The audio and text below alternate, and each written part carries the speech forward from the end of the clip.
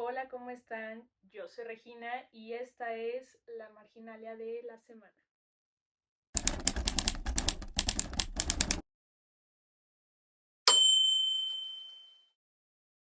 Espero que estén muy bien, que hayan tenido una excelente semana.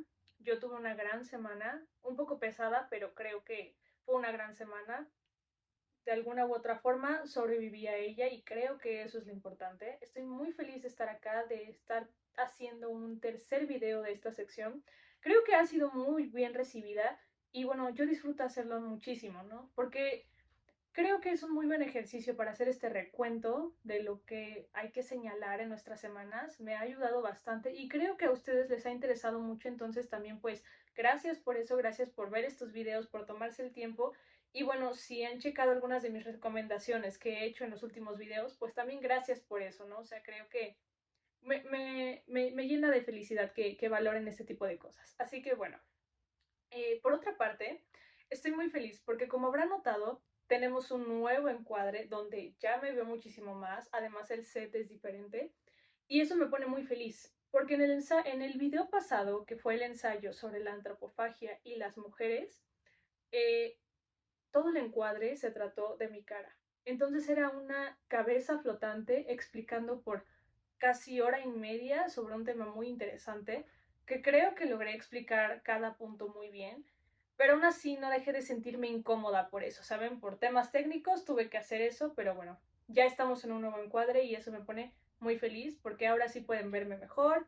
Creo que incluso puedo expresarme muchísimo mejor. Como saben, y como ya lo habrán notado, soy una persona que gesticula muchísimo con las manos y disfruto hacerlo. Y no sé, el que en ese video no se haya notado cómo muevo las manos, no me gustó, ¿saben? O sea, como, no sé, es como si me hubieran quitado una parte de mí. Así que, pues sí, eso es lo que les quería compartir y pues ya, sin más preámbulos, comencemos. Bueno, para empezar quiero contarles sobre este libro de aquí, que es un libro que tiene como intención enseñarte a cantar. Este autor es un maestro de canto y fue muy reconocido en los ochentas, trabajó con grandes estrellas de ese momento y bueno, esto obviamente le hizo de un nombre. En este libro explica justamente la forma correcta de utilizar la voz, no solo de cantar, pero de usar la voz. Te explica tanto bueno, te enseña como las partes de la garganta, de la voz, de cómo usarla, pero además de eso te enseña la importancia del buen trabajo de la voz, porque cuando tú logras un buen trabajo, logras incluso una mejor percepción de ti y de tus ideas, y por tanto puedes lograr incluso manipular la percepción que tenga el receptor sobre ti, ¿saben? Entonces eso se me hizo muy interesante. Y cuando estaba explicando esto en el libro, el autor mencionó que uno de sus socios, con quien tenía como esta academia de canto, hacía algo muy particular. Y es que cuando tenía reuniones de negocios, cuando hablaba con gente en general, cuando tenía viajes y eso, llevaba un pequeño piano. Y mientras estaba teniendo estas reuniones, estas pláticas, lo que sea, él, aparte de estar en la reunión, concentraba otra parte de su cerebro a buscar la nota en la voz, ¿no? Entonces, pues estaba con el teclado viendo cuáles notas eran. Y de esto empezó a hacer un seguimiento, ¿no? Empezó a ver escalas, a ver que las personas como que hablaban en cierta escala, ¿no? O sea, como todo este tipo de cosas. Y pasó algo muy interesante. Después de un tiempo de hacer esto, encontró que, según tu profesión, hablaban con cierto tipo de escalas. Es decir, los doctores hablaban de tal escala a tal escala. Los ingenieros hablaban de cierta escala a cierta escala. Y así con todas las personas con las que pues él se relacionaba. Hubo un momento en el que ni siquiera tuvo ya que utilizar el piano ni nada, simplemente al escuchar la voz y al identificar las escalas, sabía que esa persona podría ser un médico o sabía que esa persona podría ser profesor. Entonces, esto se me hizo muy interesante, porque además de todo, él también explica que incluso si no es tu profesión, cuando tú te relacionas con esa profesión, llegas a asimilar ese tipo de escala para una mejor comunicación. él puso el ejemplo de, por ejemplo, los ingenieros, ¿no? Y de las personas que les surtían los materiales a los ingenieros. Si bien ellos no eran ingenieros, la realidad es que se relacionaban tanto que de forma inconsciente buscaban una mejor confianza. ¿Por qué? Porque los ingenieros hablan en cierta escala y eso genera incluso una confianza en el círculo de ingenieros. Pero cuando no lo eres y buscas relacionarte mejor con ellos, buscas asimilarte a ellos. ¿Y cómo lograba esto la gente? De forma inconsciente, literalmente, empezaban a adoptar ese tipo de escalas. Entonces, si bien esto no sale de a lo mejor una anécdota contada por el autor, eh, y la ciencia pues realmente no puede respaldar que las personas hablen según su vocación, lo cierto es que podemos concluir que la voz sí expresa más de lo que creemos, porque al final del día la voz incluso puede contener muchísima más información que las palabras. Y para esto quiero presentarles algo llamado prosodia. La prosodia incluye ritmo, velocidad, pausas, volumen, tono y melodía de la voz.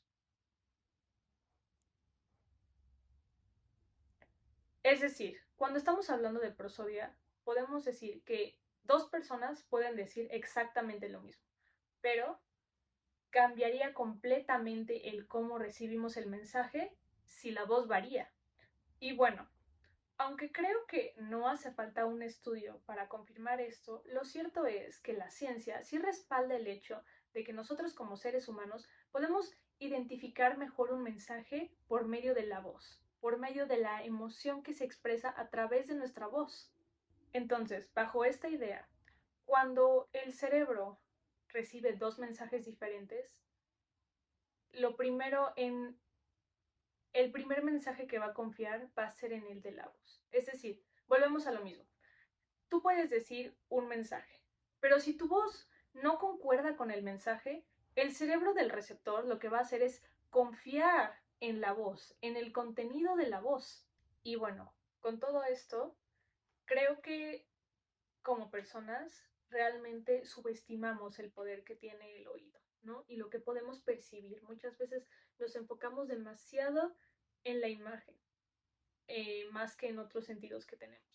Pero, por ejemplo, si hemos de hablar de personas que están entrenadas para recibir mejor este tipo de mensajes, claramente podemos pensar en cantantes. ¿Por qué? Porque su trabajo es expresar eh, la letra y que vaya conforme a su voz, ¿no? Entonces, eso les permite a ellos tener como una mejor identificación de sonidos y de lo que expresa cada sonido.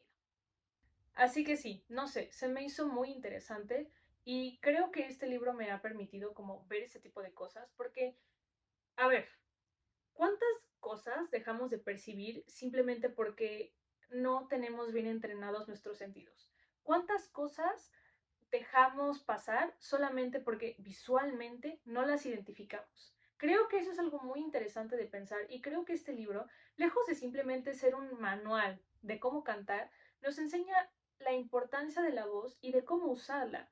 Se me hace muy interesante que, bueno, esto no va con el tema en sí, pero creo que esto también refleja muchas veces el desconocimiento de estos temas, que el autor justamente en las primeras páginas dice, a ver, muchas veces pensamos que cuando uno canta por horas prolongadas, te vas a quedar afónico, ¿no? Y eso es algo que es muy cierto, muchas veces se nos enseña eso, ¿no? E incluso si pasa, pero dice que nuestra voz, de cualquiera, de la que sea, está preparada para poder cantar si quisiéramos todo el día y no le debería de pasar nada. La cuestión es que no la tenemos entrenada y que desconocemos de este tipo de temas.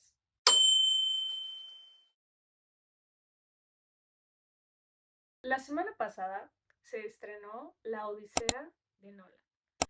Pero detrás de Nolan, ¿sabemos quién hizo posible La Odisea? ¿Sabemos quién hizo posible Oppenheimer, Tenet? Porque detrás de cada película de Nolan hay un nombre que muchas veces olvidamos, y ese es el de Emma Thomas. Emma Thomas nació en Londres en 1971 y estudió literatura inglesa en The University College London. donde conoció a un joven estudiante de literatura inglesa llamada Christopher Nolan. Esto muchísimo antes de The Dark Knight, de Oppenheimer o de Inception. Su primera película juntos fue Following de 1998. Tenían muy poco dinero y rodaban únicamente los fines de semana porque pues la mayoría del equipo tenía trabajo entre semana. Pero Emma no solo producía, también ayudaba con la logística, la organización y la coordinación del rodaje. Y desde entonces, ella ha producido todas las películas de Nolan. Esto incluye Memento, The Prestige, The Dark Knight, Inception, Interstellar, Dunkirk, Tenet y Oppenheimer. Además, ella es cofundadora de la productora Syncope Inc. Pero bueno, a todo esto, ¿qué hace realmente un productor? Y creo que muchas veces, cuando estamos hablando de cine, cuando estamos hablando de la producción de una película, es inevitable no pensar en el director, en los actores. Pero ¿qué hay detrás de los productores? ¿Quiénes son ellos? ¿Cuál es el papel que tienen en las películas? Bueno, podríamos decir que si el director tiene un sueño, los productores se encargan de sostener ese sueño. Porque un productor suele encargarse de conseguir el financiamiento, negociar con los estudios, contratar equipos, coordinar calendario, resolver problemas logísticos, mantener presupuesto y proteger la visión del proyecto. Y esto es algo que Emma Thomas ha hecho muy bien desde el inicio. Y bueno, en varias entrevistas, Nolan ha explicado que trabajar con Emma le permite concentrarse en dirigir porque confía plenamente en que ella mantiene el proyecto en marcha. Y con esto que les mencioné, de que Emma se ha encargado de mantener la visión de los proyectos de Nolan, hablamos en serio. Porque Emma, por su parte, pues ha dicho que su función no es imponer decisiones creativas, sino crear las condiciones para que esas decisiones puedan llevarse a cabo. En pocas palabras, Emma Thomas es la guardiana de la creatividad de Nolan. Ella se ha encargado de proteger su visión creativa de inicio a fin.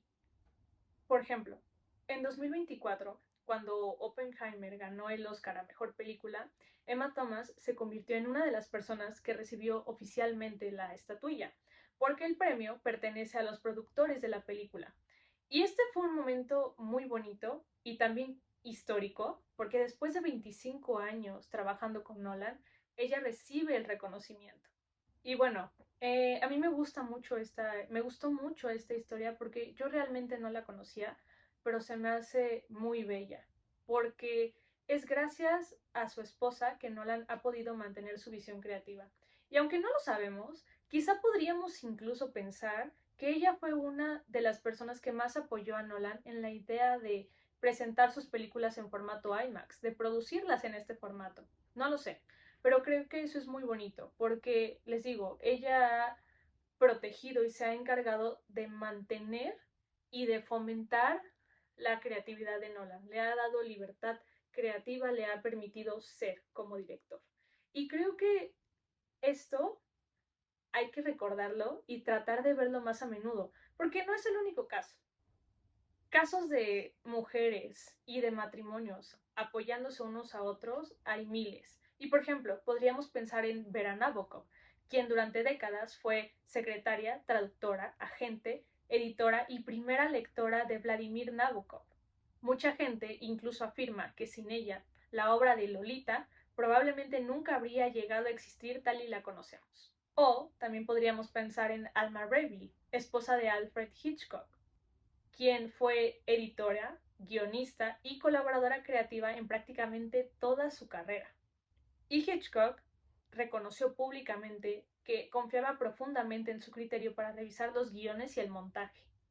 Hay un concepto muy estudiado en la psicología llamado error fundamental de atribución. Este concepto pretende explicar que muchas veces tendemos a explicar los logros por las cualidades individuales de una persona y prestamos menos atención al contexto, al equipo y a las circunstancias que hicieron que el proyecto que tenían entre manos fuera posible. Y es inevitable no pensar en el hecho de que, bueno, creo que como sociedad nos encanta la figura de el genio solitario, ¿no? Porque es una historia bastante sencilla, atribuirle todo a una persona. Es incluso cautivador pensar en esta persona como el creador de un universo, de un proyecto que nos termina fascinando. Pero rara vez es cierto. Y no me lo tomen a mal. Um, yo creo que las grandes ideas sí pueden venir de una sola cabeza. Pero eso no quiere decir que ellos hayan sido los únicos que se encargaron de traducirla a la realidad. Porque investigando el caso de Emma Thomas y de Christopher Nolan, me hizo ser un poco más consciente del hecho de que muchas veces pensamos en el éxito como una escalera y como el viaje del héroe, en el que solo lo vemos a él pasar por ciertas dificultades. Pero ¿por qué no pensamos en el éxito como una red que fue hecha por más que solo el director, por más que solo los actores? Pensemos en el productor, en el editor, en el mentor, en el amigo, en la pareja. Todas esas personas que realmente hicieron posible ese proyecto. Y creo que frente a todo esto, más allá de preguntarnos quién hizo tal película, tal escultura, tal pintura, creo que sería correcto pensar quién hizo posible que fuera realidad e ir más allá de solo el nombre que aparece en letras mayúsculas, sino darnos cuenta de quiénes más estuvieron ahí. Porque creo que esto incluso nos puede ayudar a ver que nosotros somos grandes, pero cuando tenemos una red de apoyo, cuando confiamos en los demás, cuando buscamos compartir una visión, es correcto confiar, es correcto comunicar y no solamente ser recelosos con nuestros proyectos y guardárnoslo, no, es correcto compartirlo con el mundo y confiar confiar en que el mundo se va a encargar de perfeccionar tu proyecto. Así que sí, por mi parte, me alegró muchísimo haber encontrado a Emma Thomas y saber que, bueno, eh, es la esposa de Nolan y que han trabajado juntos por muchísimos años y que, bueno, son el dúo dinámico que son.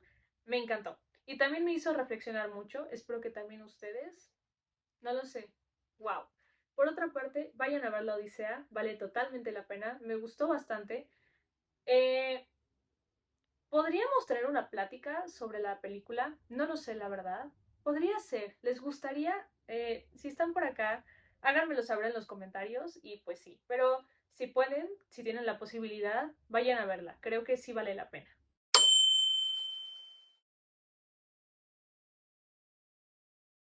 Ustedes no lo ven, pero detrás de Marginalia, detrás de todos estos videoensayos que me dedico a hacer para esta plataforma, antes de todo eso está el proceso creativo y está la escritura de ellos, ¿no? Eh, pues justamente cuando estaba haciendo yo esta Marginalia, estaba escuchando música como normalmente suelo hacer.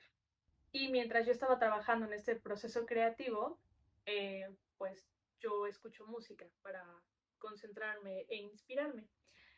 Y es así que Spotify decidió poner entre sus recomendaciones I Say a Little Prayer.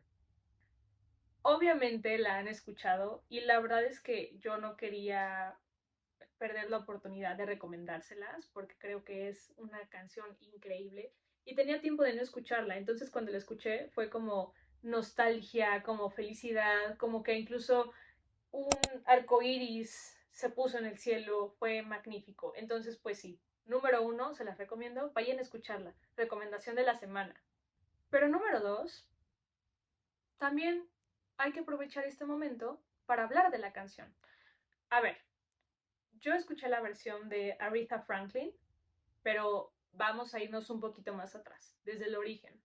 Porque I Say a Little Prayer fue escrita en 1967 por dos de los compositores más importantes de la música popular estadounidense, por Burt Bacharach y Hal David. Esta canción es creada para Dionne Warwick, quien fue una de las principales intérpretes del equipo de Barack David. Fue lanzada en 1967 y bueno, rápidamente se convirtió en un éxito, obviamente. Y un año después, Aretha Franklin grabó su propia interpretación para su álbum Aretha Now en 1968.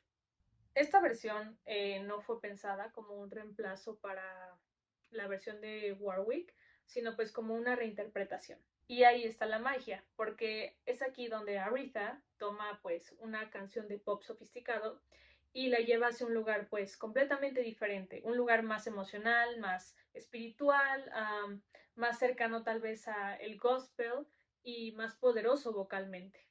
Pero aquí viene lo interesante de la versión de Aretha, porque, a ver, la letra de la canción es sencilla, creo que también eso es parte de su magia, y pues la letra trata de una persona que piensa constantemente en alguien que ama.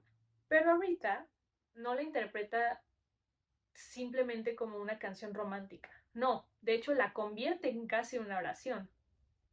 Y esto es fenomenal. Creo que esa es como la esencia de la canción que muchas veces recordamos, ¿saben? No solamente una canción de amor, pero una oración, ¿no? Y que va totalmente con el título de la canción, ¿no? Pero hablemos de su historia y de por qué Aretha quiso reinterpretarla de esta forma. Aretha Franklin nace en Memphis en 1942 y crece en Detroit dentro de una familia profundamente relacionada con la música religiosa. Su padre fue C.L. Franklin, un reconocido pastor bautista y orador, y desde niña cantó en la iglesia. El gospel en Estados Unidos pues no era solamente un género musical, pero también era una forma de expresar fe, dolor, esperanza y comunidad. Y cuando Aretha cantaba, llevaba consigo esta tradición y este origen en donde creció. Y centrándonos en la canción, ¿por qué una canción de 1967 sigue funcionando? A ver, toca algo muy humano y tiene estructuras realmente sencillas. Porque trata de una persona haciendo algo que comúnmente podríamos hacer, y eso es recordar a alguien. Pero con esta reinterpretación se logró transformar una experiencia universal en algo muchísimo más. Porque todos hemos tenido a alguien en quien pensamos. Pero ¿qué pasa cuando elevamos este sentimiento, este momento en donde nos sentimos devotos y literalmente queremos dar una oración hacia otra persona? Creo que por eso las reinterpretaciones son tan buenas, porque logran llegar un poco más allá o si no llegaron, si la versión original tal vez no llegó a una persona, una reinterpretación tal vez logre alcanzar a esa persona. Y creo que, bueno, lo que hizo Aretha fue magnífico. Pero ahora centrémonos un poquito más en Burt Bacharach, que, bueno, vale la pena mencionar como compositor, porque Bacharach tenía una forma muy particular de escribir. Porque a pesar de que I Say a Little Prayer tiene una letra muy simple, la composición no tiene una estructura simple, ¿no? Y eso es algo por lo que um, se caracterizó mucho por Bacharach. Él solía utilizar bastantes cambios inesperados de ritmo, armonías poco comunes y melodías complejas. Porque al final del día, aunque sus canciones parecían muy fáciles de escuchar, lo cierto es que musicalmente tenía mucha sofisticación. Es por eso que hoy en día un compositor como él es considerado una influencia enorme. Así que bueno, hasta aquí mi recomendación musical. Espero que les haya interesado esta historia. A mí me impresionó bastante porque pues yo no sabía la historia de esta canción hasta este momento. Si no la hubiera escuchado, jamás la habría sabido. Y no sé, me gusta bastante. Yo no sabía que era una reinterpretación, no conocía al compositor, pero una vez que lo conocí, noté que tengo muchísimas canciones compuestas por él en mi playlist y pues realmente puedo decir que Burt Bacharach es un maestro en lo que hace. Sabía lo que hacía. Y ahorita también, ¿eh? O sea, la verdad es que me alegraron el día y pues nada, vayan a escucharla, por favor. Es esta de aquí, así que no pierdan tiempo y vayan. Pero después de ver este video, obviamente.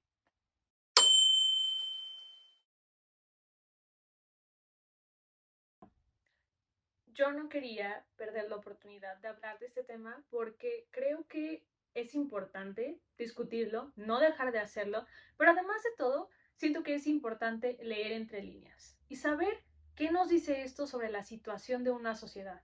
Así que bueno, a ver, la semana pasada en el programa Ventaneando de TV Azteca se viralizó cierto comentario del conductor Pedro Sola sobre perros y pues animales.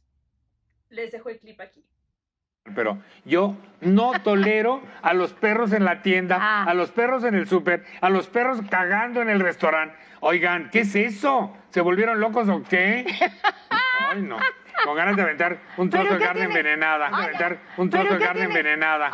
Naturalmente, este comentario no se queda en el programa. Y es así como las críticas en redes sociales llegaron, llamados a marcas patrocinadoras, peticiones de disculpa y discusión sobre posibles acciones legales en contra de esta persona. Y es que, a ver, aunque como en muchísimas otras ocasiones la opinión de la sociedad mexicana está dividida, no he parado de escuchar cómo hay mucha gente que simplemente no entiende el por qué debemos de tomarnos tan en serio el comentario que hizo Pedro Sola. Y yo entiendo desde dónde viene esto. Yo entiendo que a simple vista puede ser un comentario y que, bueno, podemos justificar su comentario con el hecho de que, pues, él es de otra generación, él viene de otro momento y que tal vez el programa no está diseñado para realmente escuchar a audiencias jóvenes y audiencias que piensan de una forma diferente. Finalmente, este programa ha estado por bastante tiempo y ha funcionado magníficamente. Entonces, tal vez ellos también descuidaron esa parte porque no sintieron la necesidad de cambiarlo. Pero lejos de un comentario hecho al aire, siento que su comentario, el de Pedro Sola, refleja algo muchísimo más profundo.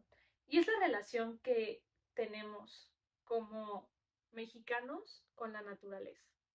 Y finalmente, con los perros, que es pues el tema de toda esta conversación.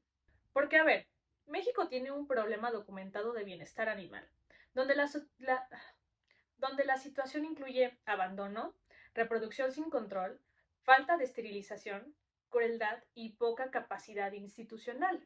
Y aunque realmente las cifras varían, durante años circuló la cifra de que México tenía alrededor de 23 millones de perros y gatos, que una gran parte vivía en situación de calle. Y a ver, el maltrato animal no es solamente un tema moral, también es un tema jurídico, porque en México existen leyes de protección animal, algunos estados han incorporado delitos relacionados con crueldad animal y el Código Penal Federal contempla ciertas disposiciones relacionadas con biodiversidad y fauna, pero la aplicación depende mucho de cada entidad. Y el problema no es solo crear leyes, es denunciar, investigar, sancionar y generar cultura de prevención. La cosa con el comentario de Pedro Sola no es solamente quien lo dijo, es que también representa una realidad que vive día a día México y a la fauna que yace aquí. Porque es inevitable y es totalmente innegable que México sufre de una falta de concientización. El comentario de Pedro Sola pudo sonar inofensivo, pero detrás de él hay algo muchísimo mayor. Y es que, a ver, um, tal vez él nunca haya hecho algo como lo que dijo que le daban ganas de hacer, ¿no? Tal vez su comentario vino desde una molestia y tiene total permiso de hacerlo, ya que, bueno, es libre expresión y él pudo comunicarse de la forma en la que lo haya querido haber hecho, ¿no? La cosa con esto es que creo que sí deberíamos de escandalizarnos. No porque lo haya dicho él, no por el formato en el que lo haya dicho, no solamente por eso, pero también porque este tipo de cosas tenemos que denunciarlas, ya que son el primer paso para la concientización. Y es que, a ver, tenemos un número enorme de perros y de gatos abandonados. Pero yéndonos más allá, también tenemos ecosistemas siendo amenazados diariamente, como lo son Majagual o Topolobampo, en el que mucha gente no está hablando de ellos, estamos ignorando el tema y lo estamos dejando pasar. ¿Y esto por qué pasa? Porque el mexicano no es consciente y no está educado sobre el cómo debemos de convivir con nuestros entornos, con el medio ambiente. Entonces sí, creo que es importante hablar de esto. Creo que esto no tiene que ver con un tema woke, como muchas veces se le llama, no tiene que ver con la generación de cristal. Creo que este es un tema que si no paramos de hablar de él, podemos lograr que seamos más conscientes. Sí, son perros, sí, tal vez no todo el mundo los ve de la misma manera, pero cuando hablamos de ellos, cuando empezamos a preocuparnos por ellos, empezamos a preocuparnos por nuestro entorno y empezamos a entender que no somos los únicos en este planeta. Somos todos, somos los animales, somos el reino fúngico, somos las plantas y debemos de aprender no solo a convivir con ellas, pero debemos de aprender a preservarlas. Un país como México, que es rico en ecosistemas y en biodiversidad, es un país que debe de prepararse y educarse para mantenerlos. Así que sí, sí es necesario denunciar el comentario de Pedro Sola, no por una cuestión de acusarlo, pero por una cuestión de entender que este tipo de comentarios son nocivos para la educación mexicana, son nocivos para la comprensión y son nocivos para la educación del medio ambiente. Aunque no lo parezca, creo que no es arriesgado ni errado pensar que si tuviéramos una educación más preparada y estuviéramos más abiertos empáticamente a entender este tipo de cosas y a entender el daño que podemos hacer, estaríamos en este momento defendiendo activamente, la mayoría de los mexicanos estaríamos defendiendo activamente áreas protegidas como lo son Majagual y Topolobampo. Así que sí, no hay que dejar de hablar de esto y no es una cuestión de regañar a Pedro Sola. Bueno, sí lo es, pero es una cuestión de entender que este tipo de cosas no se pueden permitir y no se pueden normalizar. Porque gracias a esto es que tenemos un descuido en nuestras mascotas y en la naturaleza. Y bueno, por otro lado, la verdad es que ya con todo este tema de ventaneando y pensando también en la disculpa tan pobre que hizo Pedro Sola y que estuvo a dos de convertir en un nuevo meme, si no hubiera sido por Patti Chapoy, que fue quien le salvó el rabo. La verdad es que sí me puso a pensar en el cómo ese tipo de programas se siguen sosteniendo. No solo por lo que digo, pero en general por el tipo de contenido que fomentan y ofrecen, que es un contenido basado en chismes y en denigrar públicamente a personas del espectáculo, ¿no? Y esto no lo digo en un afán de defender a otras personas, tampoco lo digo en un afán de a ellos como que shamearlos. Bueno, sí, o sea, sí los quiero shamear, pero no a ellos específicamente, sino al tipo de formato, porque la verdad sí considero que es un formato bastante nocivo para la sociedad, que no aporta nada bueno y que además de todo se me hace muy curioso, porque a ver, en la cápsula siguiente de lo que pasó con Pedro Sola, salió Patti Chapoy y él a pedir disculpas. Y Patti Chapoy después dijo como, es que yo no entiendo por qué se ofenden por esto y por qué no salen y luchan por los niños con cáncer, donan para esto, no sé qué para esto, o sea, como que nos quiso shamear a la audiencia por acusarlos por algo que es totalmente válido, ¿saben? Y ella se quiso escudar en problemas e injusticias sociales que estoy segura de que ni siquiera ella apoya. Y sí se me hizo súper incongruente esto, porque es como, oye, a ver, tu programa que ha estado aquí por más de 20 años es un programa dedicado a humillar y a hablar públicamente de la vida de otras personas y solo por este tipo de cosas te enojas. O sea, es como, no entiendo, o sea, tu contenido es nocivo y tú reclamas a la audiencia por no donar la mitad del sueldo a la caridad.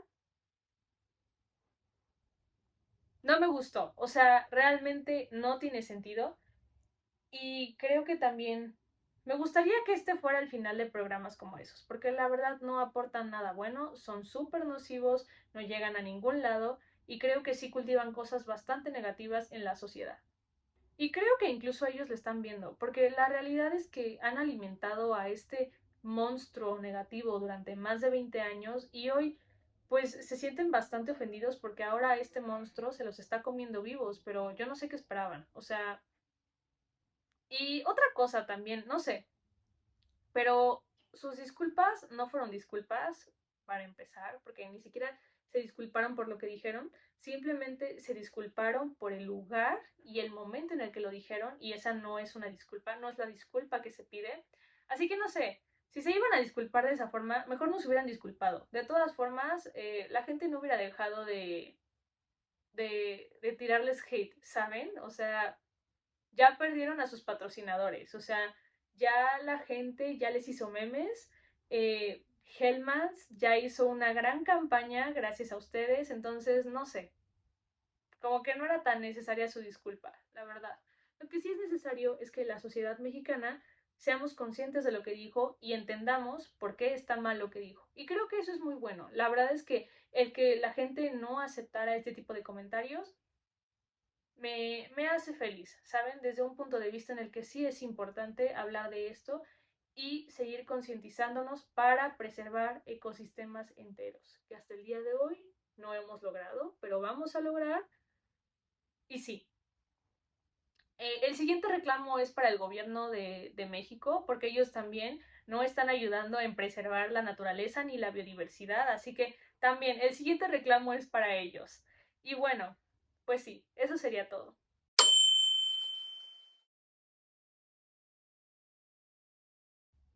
Wow, fuertes declaraciones. Sí, no sé, siento que, saben que me puse muy, me apasioné bastante por el tema de Pedro Sola, pero la verdad es que sí creo que es importante hablar de eso, como ya lo reiteré en repetidas ocasiones. Pero sí, espero que no los haya asustado ni incomodado, perdón, pero creo que sí es importante, ¿no? O sea, háganmelo saber en los comentarios. Y ya para cerrar, para poder irnos en paz, para poder relajarnos un poquito después de toda esta, uh, de este viaje tan emocional que tuve por aquí y tal vez ustedes tuvieron durante su semana, quiero compartirles un poema. Porque, no sé, bueno, algo que a mí me gusta mucho hacer, y no solo en esta plataforma, pero en las distintas plataformas en las que también subo proyectos míos, algo que me gusta mucho hacer es, pues, preocuparme por mi audiencia, ¿no? Por generar como este vínculo con ustedes y pues sí, o sea, por estar ahí, ¿no? O sea, hacerles saber que si tal vez no tuvieron una buena semana, la próxima tal vez sea mejor. Está bien tener malos días, está bien tener buenos días y pues todo viene y va, pero las cosas siempre van a mejorar y pues sí, me gusta como tener un espacio para recordarles eso y pues si eso les ayuda, si eso les da calma, si eso los reconforta un poco, pues para mí es el cielo ganado, ¿saben? Entonces, pues sí, o sea, creo que también me gustaría hacer esto por aquí, porque siempre creo que es importante apoyarnos unos a otros.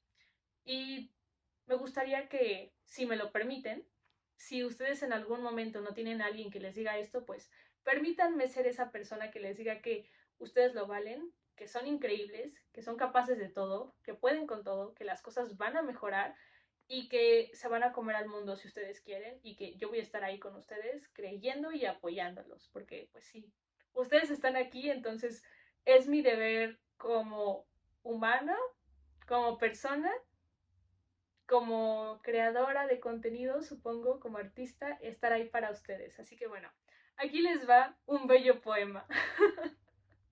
El poema se llama Esperanza, de Alexis Valdés. Cuando la tormenta pase y se amansen los caminos y seamos sobrevivientes de un naufragio colectivo, con el corazón lloroso y el destino bendecido, nos sentiremos dichosos tan solo por estar vivos y le daremos un abrazo al primer desconocido y alabaremos la suerte de conservar a un amigo. Y entonces recordaremos todo aquello que perdimos y de una vez aprenderemos todo lo que no aprendimos. Ya no tendremos envidia, pues todos habrán sufrido. Ya no tendremos desidia, seremos compasivos. Valdrá más lo que es de todos que lo que jamás conseguido. Seremos más generosos y mucho más comprometidos. Entenderemos lo frágil que significa estar vivos. Sudaremos simpatía por quien está y quien se ha ido. Extrañaremos al viejo que pedía un peso en el mercado, que no supimos su nombre y siempre estuvo a tu lado. Y quizás el viejo pobre era tu Dios disfrazado. Nunca preguntaste el nombre porque estabas apurado. Y todo será un milagro, y todo será un legado, y se respetará la vida que hemos ganado. Cuando la tormenta pase, te pido, oh Dios, apenado, que nos devuelvas mejores, como nos habías soñado. Cute, ¿no? No, a mí me gustó bastante. Les dejo la liga abajo por si quieren verlo. Eh, en la página. Pero sí, me gustó, es lindo. Así que bueno, con eso concluimos la marginalia de esta semana. Háganme saber en los comentarios qué piensan de cada tema, si les gustó, les interesó. Cualquier comentario, cualquier sugerencia, cualquier mejora, cualquier crítica es mega bien recibida, así que déjenme saberlo. También déjenme saber qué fue eso que ustedes subrayarían de su semana. ¿Qué es eso que dicen? ¿Saben qué? Esto vale la pena contarlo. Cualquier cosa, de verdad. Me encantaría saber de ustedes. Porque les digo, me gusta generar cercanía con mi audiencia, así que sí, pues si llegaron hasta acá, tómense el tiempo de escribir algo, lo que sea, de verdad, cualquier cosa es bonita. El tema es reconocer lo extraordinario en lo ordinario. Y pues ya, ¿saben qué? Otra cosa, ya para terminar, creo que está siendo un video un poquito largo, pero creo que ha valido la pena hasta el momento. Tengo una meta para este canal y me gustaría que ustedes me ayudaran, si es que pueden y si creen que vale la pena este canal. Tengo la alocada meta de que para fin de año podemos alcanzar los 500 suscriptores. Podría ser, o sea, no está mal. Creo que no es arriesgado pensar que podríamos ser una familia de 500. Es decir, somos 33 increíbles personas en este canal, 34 conmigo, pero podemos ir por más. Así que bueno, si les gusta este video, denle like. Si creen que deben de comentar algo, por favor, coméntenlo. O sea, de verdad, yo me emociono cada vez que alguien comenta. Me gusta muchísimo hablar con ustedes. Um, y compartan este video y díganle a sus amigos, oye, hay una niña en YouTube que se la pasa, hable y hable y hable y hable, pero es muy divertida y es muy linda y es muy inteligente y creo que te podría interesar. Así que compartan este video y hagan que más personas se suscriban, si pueden, obvio, o sea, pero sí estaría bien, ¿no? O sea, creo que es una buena meta para el canal. Así que nada, pues ya los dejo. Espero que les haya gustado mucho este video, que hayan tenido una gran semana, un gran día, pero si no es así, no se preocupen. Días malos hay siempre, todos tenemos de esos, y todo va a estar mejor. O sea, son increíbles, entonces no se preocupen. Todo va a mejorar. Y bueno, ya, ahora sí ya me voy, pero bueno, gracias por ver.